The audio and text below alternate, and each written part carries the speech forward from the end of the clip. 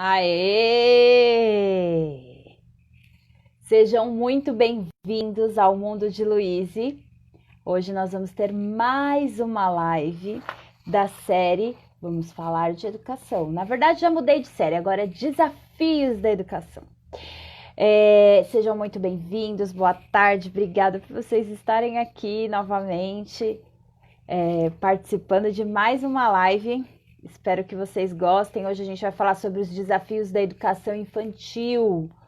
Coisas que geralmente, né?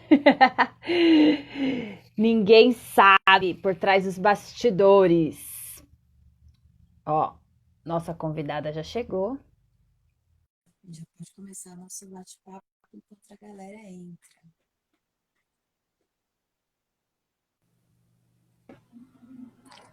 Aê, Tatiana, mais para trás um pouco. Oi. Mais para trás? Para aparecer seu rosto. Ou não tava você mais... Não, melhorou? tava cortando. Melhorou.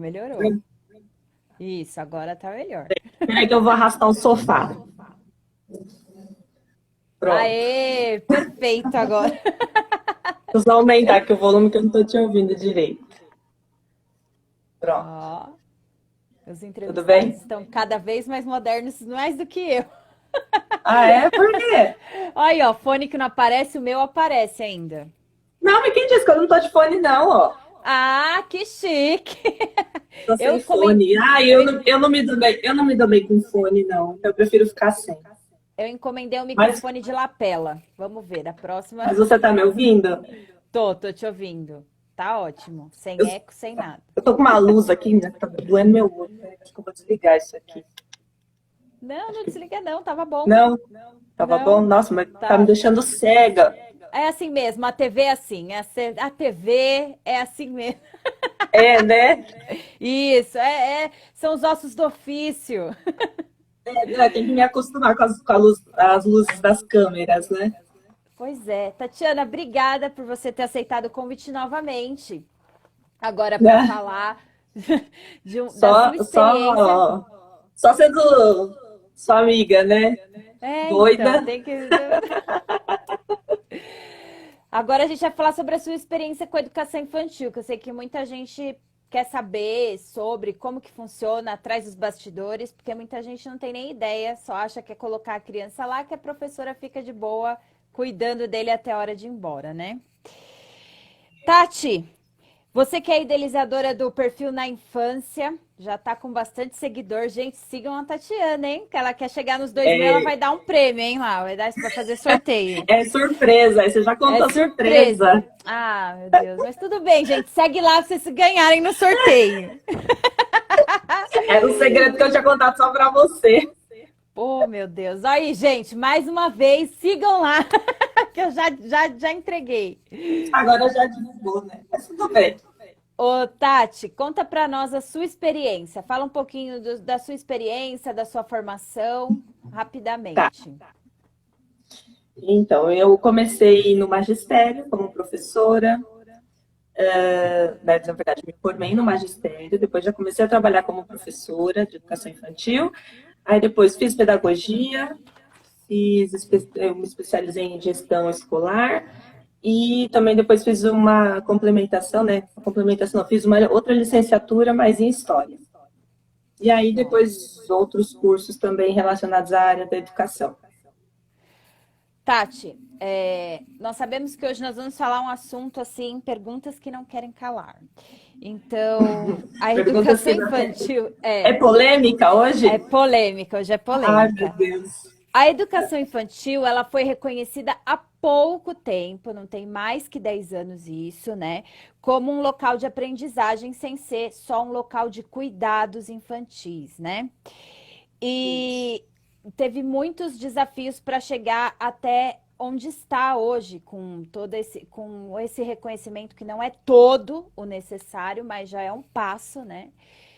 Tati, conta para nós quais são os desafios dos docentes de educação infantil hoje. Quais são os desafios deles? Tá. Bom, são muitos, né? O que eu posso te falar são muitos. Mas não. eu vou fazer um breve histórico, né, para você poder entender aonde eu quero chegar no final, tá? Sim. Porque a educação infantil, ela ainda tem ainda uma visão ainda um pouco deturpada em relação ao professor, principalmente quando se fala na questão de cuidado com a criança, né? Aí eu vou voltar um pouquinho no tempo para explicar e até chegar onde eu quero. Então, a gente vai voltar lá na década de 80, falar quando surgiram as páginas, né, que eram as professoras, né, eram pessoas que cuidavam, né, da criança, eram professoras, né, mas não tinham esse nome, professor. Então, o nome que davam era páginas, porque a educação era junto com a assistência social. Então, meio que, né, então elas caminhavam juntas. Então, já tinha a parte da saúde, né, tinha essa parte toda do cuidado mesmo com a criança, mais de cuidado mesmo, de dar comida, de dar banho, atendia a faixa etária de 0 a 6 anos, enfim. Então, essa é a primeira parte aí que a gente tem. Depois, mais ou menos em 1988, mudou-se de página para ADI, que era Auxiliar de Desenvolvimento Infantil, né? Deixa eu só voltar lá rapidinho. E para ser página tinha que ter formação em magistério, alguma coisa assim? Era o que eu ia falar. Então, para ser página, você só precisava ter experiência, né, com criança, o primeiro grau incompleto e idade mínima de 18 anos. Então, esses eram os requisitos. Aí, em 1988, mudou-se para ADI, Auxiliar de Desenvolvimento Infantil. Aí, depois, lá para 1994, teve eu anotei aqui, né, que é muita coisa, senão eu esqueço. Então, mudou para deixa eu ver, peraí. Completo. Gente, eu tô meio atrapalhada, PDI, tá? Para PDI. Não é isso, não. Passou a exigir o segundo grau completo. Em 1994. Então, já não se exigia mais só o ensino fundamental incompleto. Então, passou a se exigir que tivesse pelo menos o segundo grau completo. E aí, depois, em 2001, né, houve um decreto, e aí houve meio que essa separação, e essas escolas passaram a receber o nome de Centro de Educação Infantil, que a gente conhece hoje como SEI, né, que são SEIs que atendem crianças de 0 a 3 anos hoje, atualmente. E só em 2003 é que houve essa transformação de ADI para PDI, era Professor de Desenvolvimento Infantil. Tá? E aí, em 2010, é que mudou-se de PDI para PEI, que é o Professor de Educação Infantil, que é o que perdura até hoje, né? Que é o que existe até hoje. E aí foi exigido uma escolaridade maior. Sim, aí depois os concursos vieram, aí exigiu que tivesse nível superior, né, mas alguns professores ainda ingressavam apenas com o magistério, mas aí também precisava ter o magistério, precisava ter uma formação específica, né, então, e agora atualmente, né, os concursos mais atuais, para você, por exemplo, ser professor de educação infantil ou de qualquer outra área, exige o nível superior, né, a formação específica na área, seja pedagogia, letras, história, geografia, enfim. Bom, então, aí esse foi um breve recorte que eu fiz de toda essa passagem aí, né, do professor, né, que ele percorreu. É só, na verdade, para a gente entender, né, porque ainda existe um pouco essa resistência, né, em aceitar o professor de educação infantil como professor realmente como ele é, né, porque ainda existe um pouco de preconceito, existe sim. Algumas pessoas falam, não, imagina, mas existe, a gente sabe que existe com a área. Até dos próprios docentes. Exatamente, até dos próprios docentes, de outras, por exemplo, de quem trabalha no ensino fundamental, né? Aí, por exemplo, professor de ensino fundamental 2, que tem o ensino fundamental 1 e por aí vai, né? Quando, na verdade, a classe que deveria... na verdade, a classe que deveria ser mais unida, às vezes acaba tendo essas rixas aí, né? Deixa eu mandar um beijo para a Valéria, que ela está aqui assistindo, a Val da Interarte Baby. Manda um beijo, pode mandar. Bom, só para... Então, continuando. E aí houve toda essa transformação. O que eu falei é que, na verdade, é tudo relacionado a Prefeitura de São Paulo, né, que é a minha realidade. Mas isso a gente pode abranger para todos os níveis, seja particular, seja público, seja indireto, enfim. Por quê? Porque, na verdade, estamos todos no mesmo barco, né? Sim.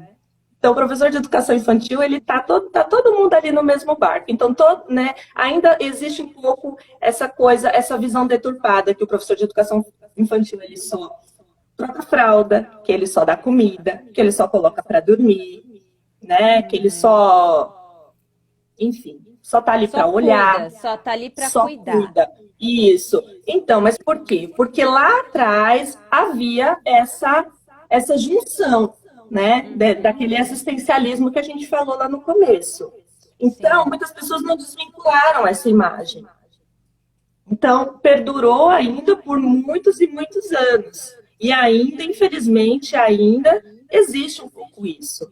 Mas cada vez mais a gente tem visto que não é só isso, né? O professor de educação infantil, ele não é um mero cuidador. Nem ele babá, é muito né? mais que isso. Nem babá. Exatamente. Exatamente. Então, vai muito além disso. O professor, ele estuda muito, ele lê muito, ele leva muito trabalho para casa, né? Então, na verdade, a profissão, é a etapa que ele mais observa, que ele mais está atento às crianças. E, na verdade, deveria ser a parte mais importante. Infelizmente, a gente tem essa cultura um pouco aqui no Brasil. Em alguns outros países, por exemplo, o professor de educação infantil, ele é muito mais valorizado. Eles têm um olhar Ganha muito... mais. Na Noruega são os que ganham mais. É educação infantil e fundamental 1. Por quê? Porque provavelmente, né, eu não posso falar com exatidão, mas provavelmente são países em que valorizam a primeira infância. Exatamente. E que valorizam as pessoas que trabalham com essas crianças. Então, obviamente, o professor lá vai ser muito mais bem reconhecido. E aí, claro, falando da nossa realidade, é como eu disse, a gente tem toda uma história, né, falando dessa coisa da parte social também, que não deixa de ser importante, mas não é só isso. Sim. Né? Então, eu acho que esse é o primeiro desafio aí, é as pessoas olharem e enxergar o professor de educação infantil como realmente uma pessoa que ela é capacitada para estar ali, porque se ela não fosse, ela não estaria onde ela está, né? Tatiana, e o professor, ele se enxerga como um professor de educação infantil? Ou ele se enxerga ali muitas vezes como um tio, como geralmente chamam a gente, tio, tia? Tem até um... então... Tem até um... Ai, eu até esqueci. Eu já falei que eu ia deixar o livro aqui, eu esqueci. Mas tudo bem, depois eu mostro. Tem até um... Mas não é esse livro, é outro livro, gente. É que a minha cabeça aqui, ela tá a mil. Tô falando uma coisa, eu já tô pensando em outra. Tem até um livro que acho que é até da nossa época, tudo que chamava, né? Tia não, professora sim. Professora sim, tia não. É do Paulo tia Freire não. Esse livro. Isso, então. Então, na verdade, basicamente é isso, né? Então, tem muitos professores que ainda se veem um pouco nesse papel. Mas eu não diria que é culpa, nada nisso. Mas eu acho que isso, na verdade, é uma coisa interna, sabe? Eu acho que isso é uma transformação, né? É algo que você tem que se ver. Não adianta as outras pessoas dizerem. Eu acho que, na verdade, isso é você olhar para dentro de você e realmente se enxergar como profissional que você é.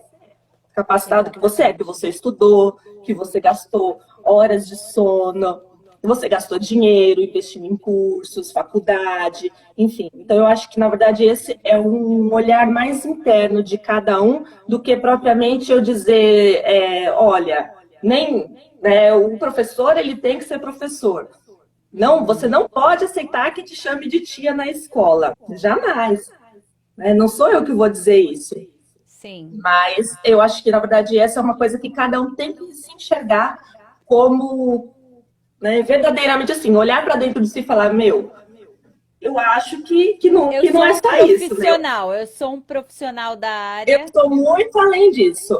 Exatamente. Mas, para isso também, eu acredito que tem que ter aquela visão de você realmente ir atrás, buscar, estudar, entender, né? Eu acho que tem tudo isso relacionado, né? Infelizmente, às vezes a gente escuta de professores que falam que não gostam de estudar, mas eu não gosto de estudar, ou eu já estudei bastante, já estudei a minha vida inteira, chega, não quero mais.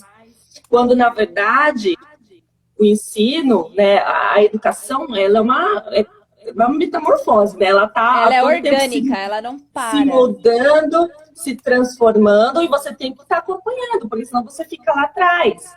Né? Quem escolheu essa profissão, é isso aí, você vai estudar para o resto da sua vida, porque a educação é orgânica. Sempre tem um estudo novo, sempre tem alguma coisa nova, algum descobrimento sobre desenvolvimento infantil, que a gente tem que estar lá a par das coisas. Ô, Tati, nessa época de pandemia aí, eu tenho visto bastante uns furos aí de aula online, né? Os professores estão nas aulas online. Sim. E eu tenho visto até inclusive eu também, né? eu também, todos nós. Todo mundo, Eu tenho visto umas coisas assim que estão pendendo assim para as bizarrices, né? Dos professores, para as crianças prestarem atenção na aula delas, né? Graças a Deus os terapeutas já voltaram essa semana, então todo mundo que tá assim pode voltar às suas consultas, mas assim, eu tenho visto que às vezes essa visão assim que as pessoas têm por alguns profissionais, não estou generalizando, obviamente, de que o professor, principalmente de educação infantil e fundamental, ele é animador de festa. Você acha que tem muita gente com essa visão assim de que a gente é animador de festa, de buffet, que tá lá para se fantasiar? Como que funciona? Então, é exatamente o que eu acabei de falar. Né? É a visão que o professor tem dele mesmo. Então, se ele achar que ele é um animador de festa, obviamente ele vai ser um animador de festa. Né? Eu também tenho visto assim coisas absurdas, assim, que chegam a ser bizarras. Como é que eu vou usar a palavra para não ofender, né? Mas chegam a ser esquisitas. Eu não tô nem aí, eu falo mesmo, é bizarro. Então, chegam a ser esquisitas, sabe? E aí eu fico pensando assim, será que esse professor vai trabalhar assim todo dia? Será que todo dia ele vai vestido todinho de EVA trabalhar? Será que todo dia ele vai de peruca cor-de-rosa trabalhar? Será que todo dia ele vai com óculos de coração trabalhar? Então, assim, eu entendo que é difícil, né? Eu entendo que não é fácil, não tá fácil essa coisa de aula online. Eu super entendo, porque a gente também tem vivenciado isso. Mas eu acho que não há necessidade do professor se transformar num personagem para chamar a atenção da criança. De verdade. Sabe, sim, eu acho que você pode, sim, usar dos meios, dos artifícios que você tem ali, né, seja de fantoche, do que você tiver, de material que você tiver, mas você não precisa estar caracterizado para você chamar a atenção da sua criança, ou da turma ali em si, né, eu acho que não precisa disso, e o professor, ele não tem que se submeter a isso, mas é como eu disse, é ele olhar para dentro dele e ver se condiz. Eu não vou dizer assim, não, então quer dizer então que você está falando, mas você nunca se vestiu, você nunca se fantasiou para trabalhar com criança. Já. Eu também, várias vezes. Já me fantasiei, já fui princesa, já fui de tudo. Mas é lógico, dentro de um contexto, né? Numa festinha, né, no carnaval, sei lá, numa festa junina, enfim. Sim. A gente se caracteriza, mas está tudo ali dentro de um contexto. Agora, todos os dias, sabe, eu acho que eu não vejo necessidade disso. Mas eu caio de novo no que eu estou falando. Né? É você realmente se olhar e se reconhecer como profissional. Né? E não como um animador, não como personagem, não como recreacionista, não como palhaço, nada disso. Né? Mas aí que tá. É como a gente falou atrás, a questão da formação. A partir do momento que você começa a ler, que você começa a estudar, que você começa a ver, a sua mente começa a abrir para algo que você sabe. Você vê e você fala, eu não preciso disso. Exato. Eu sou muito além disso. Eu posso ir muito além disso. Você não precisa se enquadrar, você não precisa se entrar numa forma e ser aquilo, exatamente aquilo, né? Eu acho que o professor, ele tem que entender. Espera aí que o áudio cortou.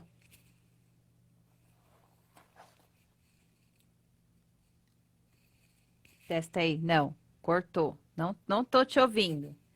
Não, não estou te ouvindo. Está me ouvindo? Dá para ouvir a Tatiana aí? Que eu não estou ouvindo.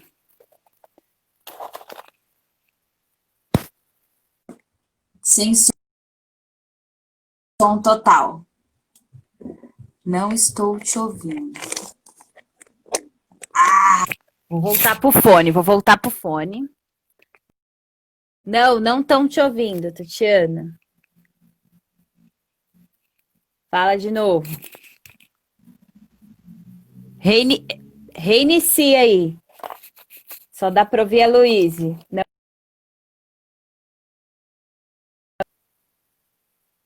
Peraí, gente, vamos dar uma reiniciada. Muito obrigada por vocês estarem aqui, né, na nossa audiência.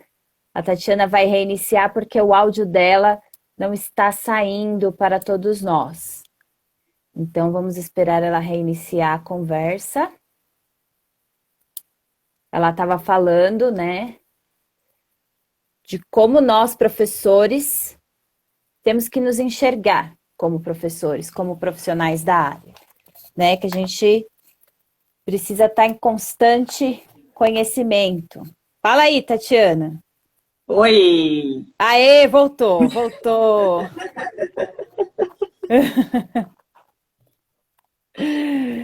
Pronto, Voltamos. voltei. Olha que interessante, acho que há uma pergunta aqui, não uma pergunta, é uma observação. Acho que uma reflexão importante é considerar que EAD não se adequa à educação infantil. Concordo com ela, né? Porque a gente, o nosso curso de pedagogia não... EAD inteiro, né? Ainda mais para educação infantil fundamental 1, como eu já falei em algumas outras lives. Agora você que está cortando para mim.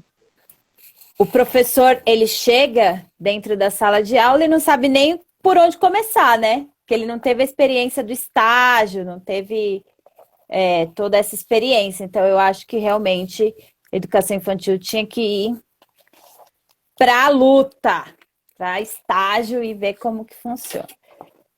Tatiana? Vamos lá, mais uma pergunta. Quais são os desafios... Deixa eu falar. Termina o que você estava falando. Não, é que você cortou, ficou um tempão paralisado. Tá me ouvindo? Agora quem cortou foi você. Peraí. Pronto, voltou. Pronto. Voltou. Vou falar que nem meus alunos.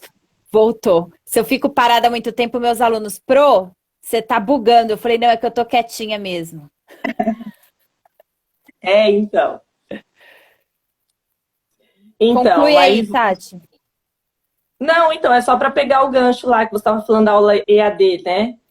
É que para mim cortou, que para mim travou o que você estava falando e eu não consegui te entender. Eu não sei se travou para as outras pessoas.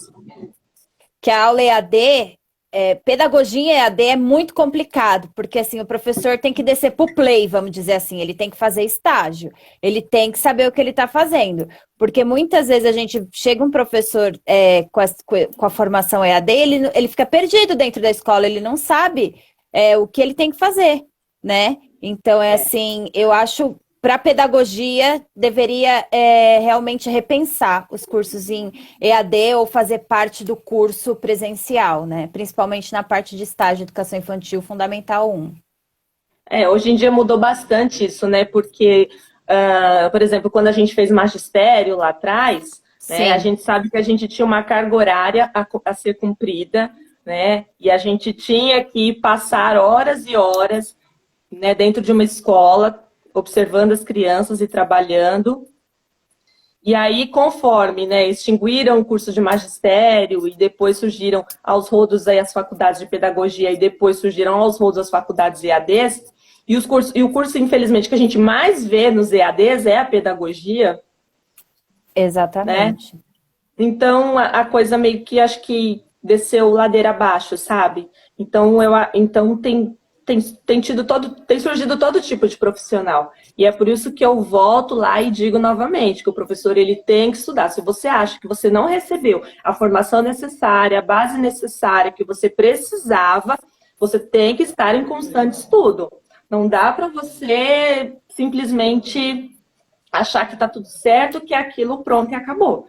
Eu acho que é fundamental. E assim, cada vez que a gente lê, assim, a nossa mente se transforma, porque a gente fala, caramba, como eu não tinha visto isso, como eu não tinha lido isso ainda, né? Eu posso dar um exemplo assim, meu mesmo. Quando meu filho nasceu, quando eu fiquei grávida, quando meu filho nasceu, eu meio que parei, né? A minha vida, assim, de estudo, de escola, assim, de ler, de estudar, enfim. E, lógico, né? Porque aí a cabeça da gente acho que não consegue se concentrar. Ou se concentra numa coisa, ou se concentra em outra. Então, a minha cabeça estava focada ali na maternidade naquele momento. E eu meio que, né, desliguei um pouco dessa parte. Eu fui estudar outras coisas, introdução alimentar, tudo que era relacionado ao bebê, né? Mas, de verdade, assim, para mim mesmo, para minha formação, eu parei mesmo. E aí, depois, quando eu retomei, eu falei, meu Deus, tipo, sabe, assim, eu acho que eu entrei dentro do guarda-roupa, assim, igual Nárnia, né? E falei, nossa, acho que eu parei no tempo, porque, caramba, quanta coisa eu perdi, quanta coisa eu achei que eu sabia e não sei. Então, algumas pessoas também têm essa mentalidade errada que acham que o professor sabe tudo, e não é verdade. Exatamente. O professor não sabe tudo. Ou então você fala assim, lá, tá fazendo... Ah, mas é professor. Como que não sabe isso? Porque necessariamente ele não tem a obrigação de saber tudo. Por isso que a gente tem que, né, estar em constante busca, em constante formação para poder saber dialogar, para poder saber debater, para você não aceitar tudo que as pessoas te falam. Exatamente. Né? Para você não ouvir qualquer coisa na internet e achar que é verdade absoluta. Para você ler... senso crítico. Para você, exatamente, para você ter senso crítico, para você saber debater um assunto, para você poder falar, para você ter domínio, para você poder, enfim, né, abrir e poder dialogar, mas com coerência e tudo mais, entendeu? Então, eu acho que isso é totalmente necessário. Eu acho que esse é um dos maiores desafios também. É a formação do professor. Ele precisa se formar e se informar, e isso é diariamente. É a formação continuada, né? Você não parar nunca. Exatamente. E assim, aí às vezes as pessoas falam assim, mas eu não tenho tempo, mas eu tenho filho, mas eu acordo 6 horas da manhã e vou dormir meia-noite, sei lá, tudo bem. Agora nós estamos em quarentena, né? Nós somos professores, nós estamos trabalhando em casa, a gente continua trabalhando, continua. Tudo bem, eu também não tenho tempo, né? Às vezes durante o dia, porque durante o dia eu preciso demandar uma atenção ao meu filho, já que meu esposo ele trabalha, né? Então ele sai todos os dias para trabalhar. Então eu não tenho tempo ali de pegar um livro para ler e falar, agora eu vou ler e vou entender o que eu estou lendo. Eu só consigo fazer isso à noite, quando ele chega, quando meu esposo chega, que ele dá atenção para meu filho, eu consigo fazer algo para mim. Mas se você não tem tempo para ler, né, seja livros, enfim, estão tendo lives maravilhosas, de professores maravilhosos, que estão gravadas na internet. Enquanto você lava a louça, lava a roupa, vai ler, vai ouvir, né? Para quem é da educação, procura, né, as lives do Paulo Fock, que são maravilhosas, que ele fala muito sobre educação infantil. E ele tá muito preocupado com essa questão do retorno das crianças. Então, assim, tem conteúdos, só dei um exemplo, mas tem outros exemplos, assim, de pessoas maravilhosas. Portela tá quase todo dia também, fazendo live. Karnal, enfim. Então, assim, tem para todos os gostos. Fala assim, mas eu não gosto do Cortella. Então vai ouvir outro cara, sabe? mas vai Sim. ouvir alguém com boas ideias e que vai te acrescentar algo para que você possa desenvolver, como você disse, esse senso crítico que acho que é tão necessário que a gente tem que ter, principalmente na educação e principalmente no contexto que a gente vive atualmente. Não aceitar qualquer coisa e não ouvir qualquer coisa e achar que é verdade. Exatamente. Tati, aproveitando esse gancho aí, quais são os desafios estruturais da educação infantil? Nossa, aí são muitos, né? Muitos. Também. Aí, vou falar Também. só alguns, né, Tati? Aí vou falar só alguns. Eu só vou enumerar alguns para você, porque senão a gente fica aqui até amanhã, né? Então, assim, a questão, por exemplo, um dos desafios que a gente vê em escolas, por exemplo, é a questão da estrutura física, né? Uhum. Às vezes a escola ela não tem uma rampa, um elevador. Então, como é que você atende crianças pequenas, de 0 a 3 anos, por exemplo, numa escola que não tem uma rampa, não tem um elevador para você subir e descer a escada com bebês? Então, Sim. assim, é uma coisa a se pensar, né? Outra coisa também é você pensar na questão de, por exemplo, salas. As salas às vezes são pequenas, às vezes não comportam a quantidade de crianças que você atende ali naquele lugar. Então, às vezes, a gente também esbarra nesse problema. Então, aí eu podia falar de várias coisas, né? Aí você fala, mas a questão do prédio, mas é só você adaptar, mas você constrói uma rampa. Mas, às vezes, infelizmente, alguns prédios, principalmente, às vezes, os prédios públicos, eles precisam de toda de arquiteto, de engenheiro, precisa de autorização, não é uma coisa simples de fazer. É diferente, por exemplo, de você ter um prédio particular e você tem Ir lá e né? colocar uma rampa. Você pode fazer o que você quiser, às vezes não. Às vezes o prédio é muito antigo, às vezes ele foi construído num contexto em que a educação infantil não era vista como educação infantil, enfim. Então, às vezes era um prédio que nem era escola e virou escola, Sim. né? Acho que todo mundo, pelo menos alguma vez na vida, já trabalhou em algum lugar assim. Em algum prédio que não atendia as necessidades das crianças.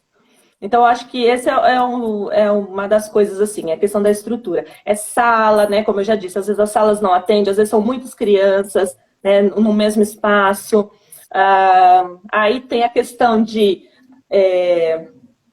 enfim, trocador. Aí eu vou entrar numa outra parte aí enfim, que eu ficaria até amanhã falando, né? Aí, às vezes, né? Às vezes o professor, ele se vira nos 30 para poder trocar a criança, às vezes o trocador não é adequado. Essa observação, a maioria tem muitas escadas, é verdade. A maioria tem bastante escada para você subir na filinha com criança de 3 anos. Todo dia uma aventura. Exatamente. Não, aí você falou da fila. Como é que você faz fila com criança? Não dá, né? Não dá. Essa coisa de fila na educação infantil não existe, tem que ser abolida. Exatamente. Não é exército, né? Não é quartel. Exatamente. Também eu vou puxar a sardinha pro meu, no fundamental também acho. Eles já são capazes o suficiente de saber ir atrás da gente e chegar na sala deles. Não precisa de fila, só falta bater continência pra gente, né? Aproveitando aí, Tati, esses desafios estruturais de prédios, né, físicos que você citou, a inclusão na educação infantil, eu sei, já trabalhei também em educação infantil, que é complicada. Primeiro porque a criança, se é patológico, ela chega com laudo, obviamente, porque é de nascença e tal. Mas se não é, se a gente percebe como professor alguma coisa diferente, a gente depende de conversar com a família, da família aceitar e da família ir procurar ajuda, né? Muitas vezes na instituição pública, ir procurar essa ajuda num CAPS ou até mesmo marcar uma consulta no SUS especializada é uma coisa que a gente sabe que demora muito para a gente conseguir. Às vezes essa criança passa da educação infantil, vai para o EMEI e a gente não conseguiu descobrir o que ela tem, por mais que a gente veja, né, algumas diferenças. É óbvio, de acordo com aquela faixa etária. Professor não diagnostica, a gente sabe disso, nem dá laudo, porque os únicos no Brasil que podem diagnosticar alguma coisa e dar laudo são os médicos, né? Nem o psicopedagogo, a gente só investiga. Mas, né, vendo isso, né, quais são, Tati, as dificuldades, os desafios da inclusão na educação infantil? São muitos também. São muitos também. Bom, você praticamente já falou tudo, né? Porque, como você disse, muitas vezes a criança ela chega na educação infantil e essa faixa etária, por exemplo, que você citou, até os 4, 5 anos, é muito difícil de você dar qualquer diagnóstico, né? Na verdade, às vezes o professor ele tem até alguma desconfiança, né? Sim. Mas, é como você falou, a gente não pode dar laudo, a gente não pode falar, olha, essa criança ela tem autismo, essa criança ela é hiperativa. A gente não pode falar isso. Até porque nem a rotular, criança, né? nem rotular. Nem ficar rotulando, Exatamente. exatamente. Isso mesmo, né? Mas às vezes o professor ele tem um olhar porque a gente acompanha, né? Você geralmente tem uma turma que acompanha uma determinada faixa etária e que tem alguns desenvolvimentos que são comuns daquela faixa etária, mas que não necessariamente seja a regra, né? Então, como eu falei outro dia, não tem mais aquela coisa da tabela, né? A criança tem que sentar com 6 meses. A criança tem que tem que andar com 11 meses. A criança tem que falar com 1 ano e meio. Isso meio que já está por fora, né? A gente meio que tem mais ou menos ali, né? Entende mais ou menos do que é esse desenvolvimento, mas você não pode esperar que a criança seja um reloginho, né? Faça de acordo com expectativas. Exatamente. E aí tem a questão aqui, que a Nilce está falando, que é a coisa da aceitação da família.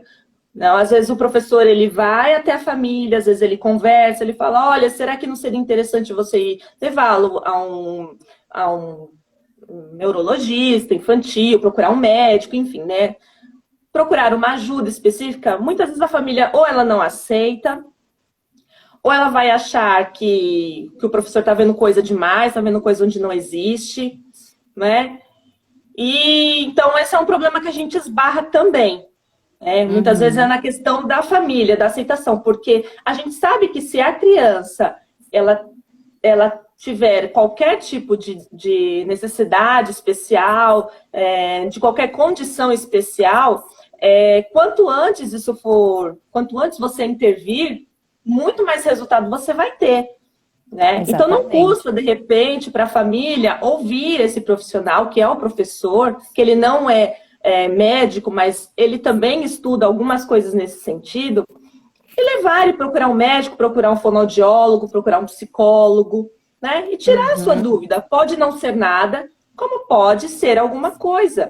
E aí você vai ter todo um tratamento, você vai ter que buscar, né, o que for melhor para sua criança, para o seu filho. Então, na verdade, essa questão da inclusão, um pouco da barreira que a gente esbarra muitas vezes é na família. E também, às vezes, a gente não ter a estrutura para trabalhar com crianças assim, porque muitas vezes a gente não tem formação, por exemplo, para trabalhar com crianças especiais, né? A gente sabe que existem alguns profissionais que trabalham especificamente com essas crianças, por exemplo, na prefeitura existe isso, mas, por exemplo, a faixa etária que eu atendo, eu sinceramente eu nunca vi. Mas é mais no Fundamental 1, né? Pode ser que exista, sim, geralmente no Fundamental 1 é muito mais frequente, porque como você disse, é lá quando nós chega na fase da alfabetização que essa criança que aí o professor fala assim, né? Vai olhar, ou a família vai olhar e falar, poxa, mas essa criança não aprende a ler, não aprende a escrever, tem alguma coisa errada. Eu vi um comentário que subiu aí, assim, é muito difícil ter um laudo, fechar laudo na educação infantil. Eu, como psicopedagoga, falo que é praticamente impossível. Você abre, começa a fazer a investigação, mas demora tempo, tipo, de 2, 3, 4 anos. É na fase da alfabetização mesmo que você está falando, que a gente vai começar a descobrir, né? Claro que se você percebe que seu filho está com dificuldade de fala, se você percebe isso cedo, o profissional da escola já te alertou, então já procura uma fono, se você tem condições, ou então se você precisa do CAPS, então já vai lá, faça a sua inscrição, já vai adiantando os processos.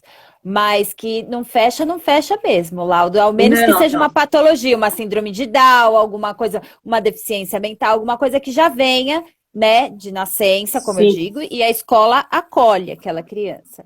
Mas é muito, muito complicado mesmo.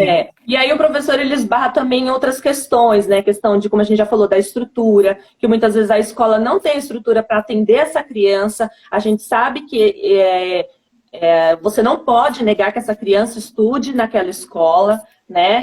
Porque muitos Exatamente. falam assim, nossa, mas hoje em dia tem muitas crianças matriculadas em escolas regulares, escolas normais. Antigamente você não via tanto, mas porque antigamente as pessoas viam muito isso como algo vergonhoso, enfim. Então meio que acabavam escondendo essas crianças. Atualmente já se quebrou bastante isso e os pais veem a necessidade e a importância dessa criança interagir, ter, enfim, conversar com outras crianças, ter um desenvolvimento mais acompanhado. Então, hoje em dia, você vê mais essas crianças no ensino regular. Porém, é como eu disse, às vezes esbarra na questão de estrutura física, né? Às vezes, se uma criança que é cadeirante, como é que você vai colocá-la numa sala onde tem escada para subir, não tem uma rampa, não tem um elevador, né? Se é uma criança que às vezes precisa de uma atenção especial na hora da alimentação, né? Às vezes não tem, às vezes ela precisa de uma cadeira, de algo que seja mais específico para atendê-la, ou quando ela for ao banheiro. Então, muitas vezes a gente também esbarra nessas questões, e aí a gente trabalha como bom e o velho professor acaba trabalhando no improviso, né? Porque o professor é ótimo nisso. Tem uma coisa que o professor sabe fazer muito bem, infelizmente, a gente não deveria improvisar. falar isso assim com orgulho, né? Não deveria se orgulhar disso, mas infelizmente a gente trabalha muito com improviso e graças a Deus a gente consegue se superar cada vez que a gente, né, tem criatividade. Se lança num desafio. É como o Diogo Almeida fala, né? Dá uma pistola de cola quente pro professor que tá tudo certo, né? Ele faz a Capela Sistina. Então. Então, é só para exemplificar tudo isso, né? Que muitas vezes a gente acaba trabalhando, sim, mas muito na improvisação. E eu acho que não é certo, eu acho que essa criança não merece isso, né? Sim. Eu acho que ela tem que ser assistida como todas as outras crianças que fazem parte ali. Então, se fala tanto de inclusão, mas como você inclui uma criança nesse sentido? Né? Muitas vezes o professor ele está tão perdido quanto a família, quanto a gestão, enfim. E aí quem deveria realmente olhar, não olha nesse sentido para as crianças. Tatiana, subiu aí uma pergunta falando do desfraude. Esse é um tabu de escola, hein? De educação infantil. Centro de Educação Infantil e desfraude. É assim, ó. Outro ponto também é a questão do desfraude, que os pais querem que a criança desfraude no tempo dos pais e não aceitando o tempo delas. Eu já fui coordenadora de um CCI, né? Que era um centro de convivência infantil do Ministério da Fazenda. Bem parecido com a creche. E lá, uma vez, eu levei as docentes para uma palestra com um médico. E ele disse assim, o controle do esfíncter, né, que é o que segura o xixi, né, vamos dizer assim, o músculo, né, é a partir dos 2 anos. Mas pode ser que sim, pode ser que não. Então, assim... Como que começa esse desfraude, Tatiana? Quais são os sinais que as crianças dão? Elas dão algum sinal? Como que funciona essa parte? A gente tem tempo, vamos falar de desfraude. Então, uma coisa assim, essencial que é importante saber é que quem desfrauda não é a família, não é o professor, é a criança. É a criança que dá sinais para o desfraude. Então, assim, particularmente, eu sou um pouco contra com esse negócio de desfraude coletivo. Eu acho que não funciona.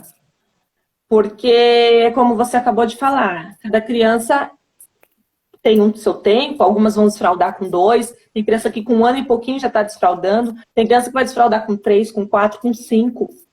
Sim. Né? E qual é o problema disso?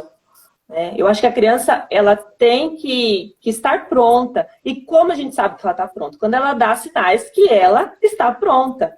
Né? Quando ela começa a se incomodar com a fralda, com o xixi, com o cocô. Né? Então não tem que ser uma forçação de barra com a criança.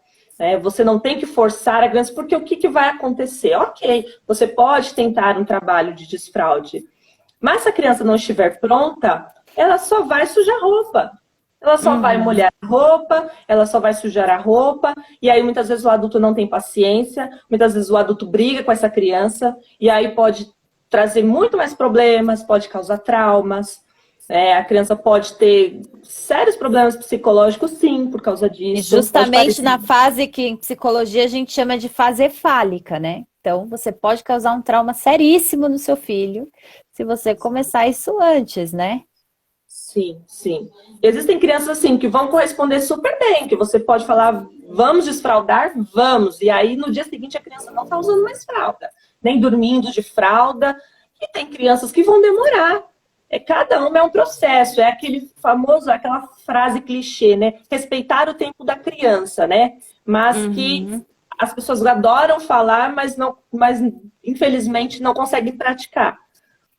Entendeu? Então, eu acho que é nesse sentido aí. É entender mesmo que quem desfralda é a criança, não é o adulto. É no tempo deles, né, Tatiana? Até Sim, porque quando tempo você da inicia um criança. desfraude, você não pode ficar voltando atrás. Então, se você tirou a fralda e você já está mostrando o banheiro, o pneu falando para pedir tudo. Se você faz isso 2 dias, você vê que sujou um monte de roupa, vai lá e enfia a fralda de novo, tá errado, não dá. Não pode ficar voltando, retrocedendo. Tem a fralda da noite, que a gente chama, né? Que é a fralda da noite, mas aí ok. Que é onde eles demoram mais mesmo para... É até mesmo porque não acorda, tá dormindo, né? Mais complicado Sim, na parte da noite. Mas durante o sim. dia, se você começou, ai meu Deus, sujou 500 mil roupas, eu vou voltar para a fralda. Não faça isso com seu filho, porque você vai retroceder. Outra coisa, não se inicia desfraude no inverno, gente. No inverno é muita roupa que a criança tá Quando a gente usando. faz, quando a gente faz mais xixi, né? No inverno. Exatamente. Porque a gente, né? Eu não sei por que acontece, mas a gente acaba fazendo mais xixi no inverno. E no verão é muito mais fácil. No verão você pode deixar a criança só de calcinha, só de cuecas, né? Sem tanta roupa. Então é muito Exatamente. mais fácil. Então também, procurar a época certa para você fazer esse desfraude, esperar que essa criança esteja pronta, né, para desfraldar. E aí falava, mas como eu faço isso? Como eu já disse, quando essa criança demonstra estar incomodada, quando ela se esconde, né, para fazer xixi, para fazer cocô, quando ela começa a pedir, quando a fralda começa a incomodar e ela começa a puxar a fralda para querer tirar. Então, tudo isso são sinais. Mas você só vai saber se você passar a olhar para essa criança e observar realmente, né, a necessidade dela. Eu acho que Exatamente. é por aí, né? Eu concordo com você também. Outra coisa, Tati, que é tabu Pela minha experiência, né? que é tabu em educação infantil, a famosa chupeta, né? Porque tem pai que dá chupeta para criança, não sou nada contra, eu acho lindo criança com chupeta. Minha opinião, eu acho lindo. Mas tem pai que dá chupeta para criança, aí chega uma época que ele quer se livrar da maldita chupeta e fala, lá na escola eles se viram para tirar a chupeta, né? Então, joga, transfere, terceiriza esse serviço para a escola, né?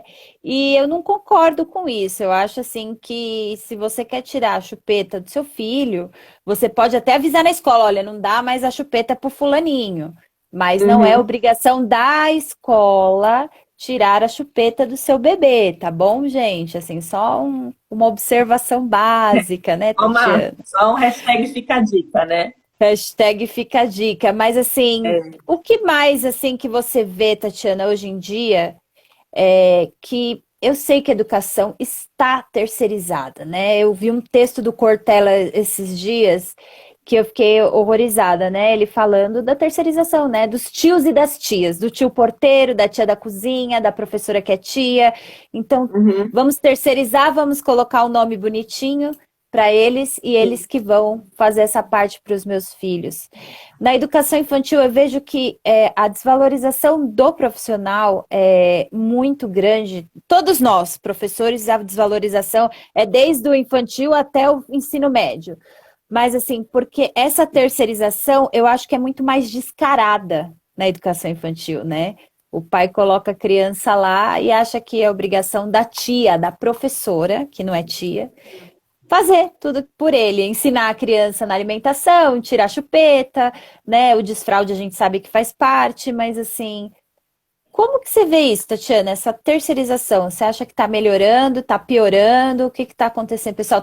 Será que agora, depois, nessa pandemia aí, o pessoal vai ter uma consciência maior do que é um profissional de educação, que o professor está ali, né, para trabalhar o desenvolvimento do seu filho, não fazer o seu papel de ensinar, por favor, com licença, obrigado, mas que isso aí já tem que vir de casa. Como que você acha que está sendo isso aí, Tati? Então, na verdade, eu acho assim, é uma coisa assim que anda junto, né? Família, escola, né? Aquela Sim, famosa é a frase troca. também, né? Eu acho que nada do que você terceiriza, eu acho que é bom. E aí a gente vai cair lá no começo da live, que foi quando eu falei, né, que o professor, ele ainda tem muito as pessoas ainda têm muito essa visão assistencialista do professor. Que o professor, ele é só cuidador, o professor, ele é só, né, muitas vezes ele é só babá. Uma vez eu ouvi de uma mãe na escola, né, e aí as minhas colegas que estão assistindo podem até relembrar comigo, que uma mãe falou assim, mas ela só vem aqui para comer e dormir, né? Nossa, E não faz nada aqui. Uhum. E aí, meu Deus do céu, né? Aí pronto, aí pegou fogo. A gente fala, É como? fogo Como no assim, parquinho. né? Como assim? Não, a gente faz muita coisa aqui pela sua filha, né? E aí a gente vai entrar nessa parte, né? Da chupeta, do desfraude. Eu acho que tudo que você joga para a escola, né? Para as costas do professor, eu acho que isso não é bom, né? Melhorou, eu acho que melhorou um pouco, porque o professor também ele tem, né? Muitos têm assumido muito esse papel de falar, não, você faz uma parte do seu trabalho em casa que a gente faz o restante aqui na escola. Mas se o professor ele pega Exatamente. tudo para ele também, aí não tem como você educar essa família nesse Sim, sentido. Então, eu acho que também tem que ter esse olhar e falar assim, olha, você tá desfraudando? Ok. E na sua casa começou? Tudo bem, a gente vai começar a fazer aqui também. Também, né? também. Não aqui vai se iniciar. Exato. Então, a chupeta você está tirando na sua casa, ok? Então, na hora do sono, a gente também não vai dar, né? Se você está tirando na sua casa, aqui também. Então, eu acho que tem que ser algo, né? Consciente, né? Uma via de duas De mãos, mão né? dupla.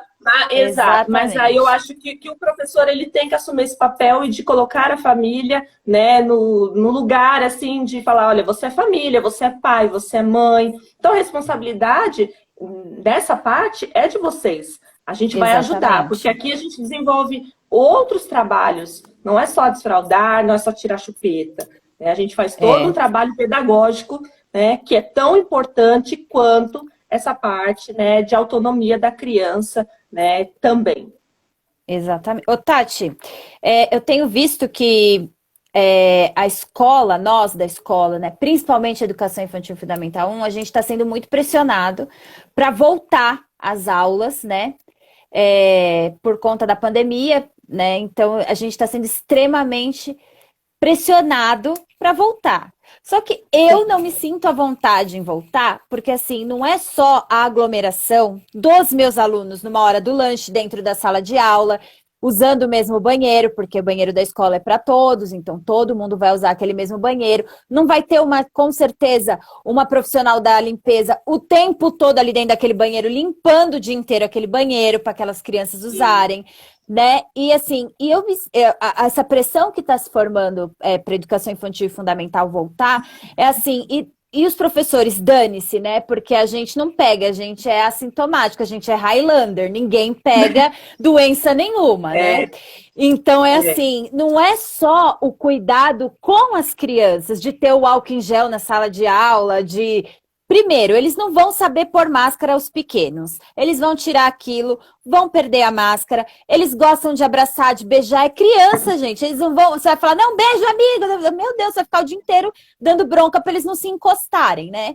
E na gente também, a mesma coisa. Eles são crianças, eles vão abraçar, vão beijar, eles têm afetividade por nós. Sim, e assim, claro. e a gente, né? Então ninguém tá vendo o nosso lado.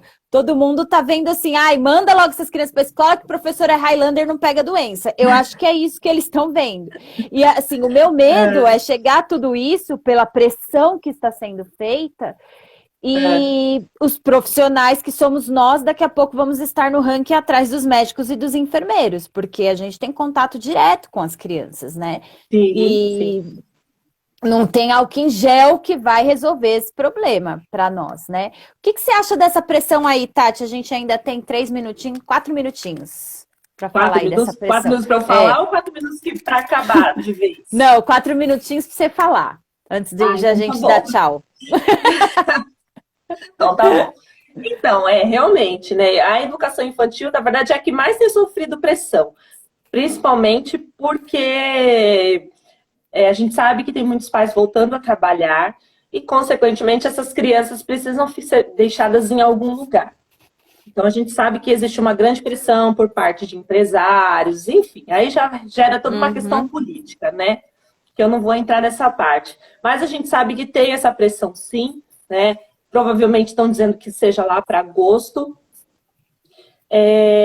Mas, assim, de verdade, eu nem sei o que te dizer.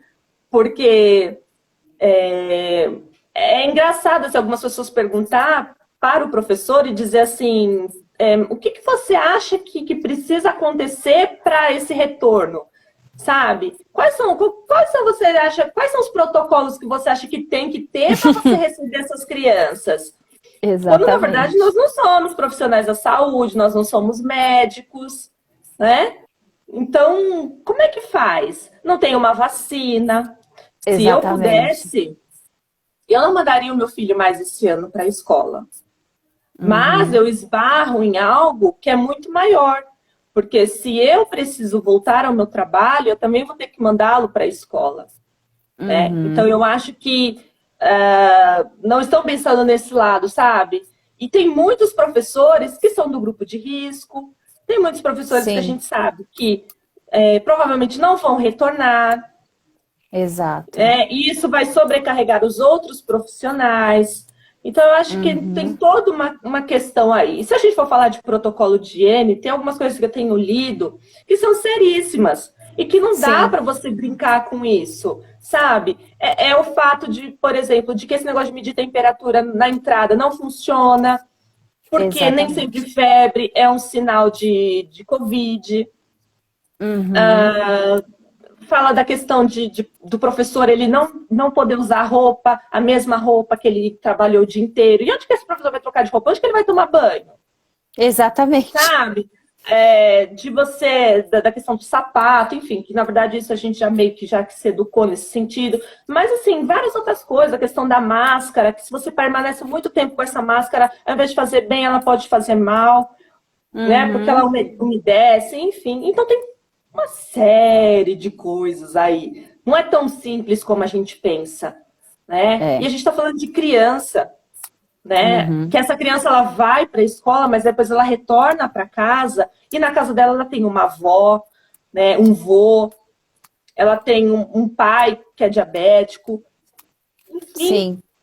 né? Porque Uma a gente tia sabe que com asma. que a criança ela é sensorial, que a criança põe a mão na boca, que a criança põe a mão no olho, que a criança ela põe a mão em todo lugar, ela põe a mão na gente, ela põe a mão na outra Sim. criança, ela põe a mão no brinquedo, ela põe o brinquedo na boca. Exatamente. Você vai ficar o quê? Lá, limpando com álcool em gel aquela caixa de brinquedo o dia inteiro? Tipo, eu fico pensando nisso, entendeu? E Dessa aí tem a questão do dificuldade. banheiro que você citou. Então, assim, É, de verdade, tem que se repensar muito ainda nisso. Muito, muito mesmo. Mas a gente sabe que a pressão, ela tá muito grande. muito, Mas, muito grande. infelizmente, é o que você falou. Vai ser o grupo que provavelmente vai adoecer, na sequência vai ser o de professor. E talvez, né, não quero ser profeta de coisas ruins, mas talvez tenha um pico aí novamente da doença. Exatamente. Porque, infelizmente, juntou pessoas, aglomerou. A gente sabe que Vai propagar. a probabilidade do vírus se propagar novamente é grande, né? Mas a gente sabe que algumas pessoas não têm levado mais tanto a sério como deveriam, né? Uhum. Então, esse também é um problema que a gente esbarra, né? As pessoas também têm consciência de que tem que realmente ficar dentro de casa. E só sair se realmente Tatiana, for necessário. vamos encerrar. Muito Vamos. obrigado pela sua participação. Fale suas considerações finais. Você tem 20 segundos. Ah, que bom! 20 segundos? Ótimo. 20 segundos. Bom, obrigada pelo convite. Espero que as pessoas tenham gostado, que tenham tirado dúvidas. Quem realmente tiver alguma pergunta, alguma coisa, depois pode mandar para a gente no dia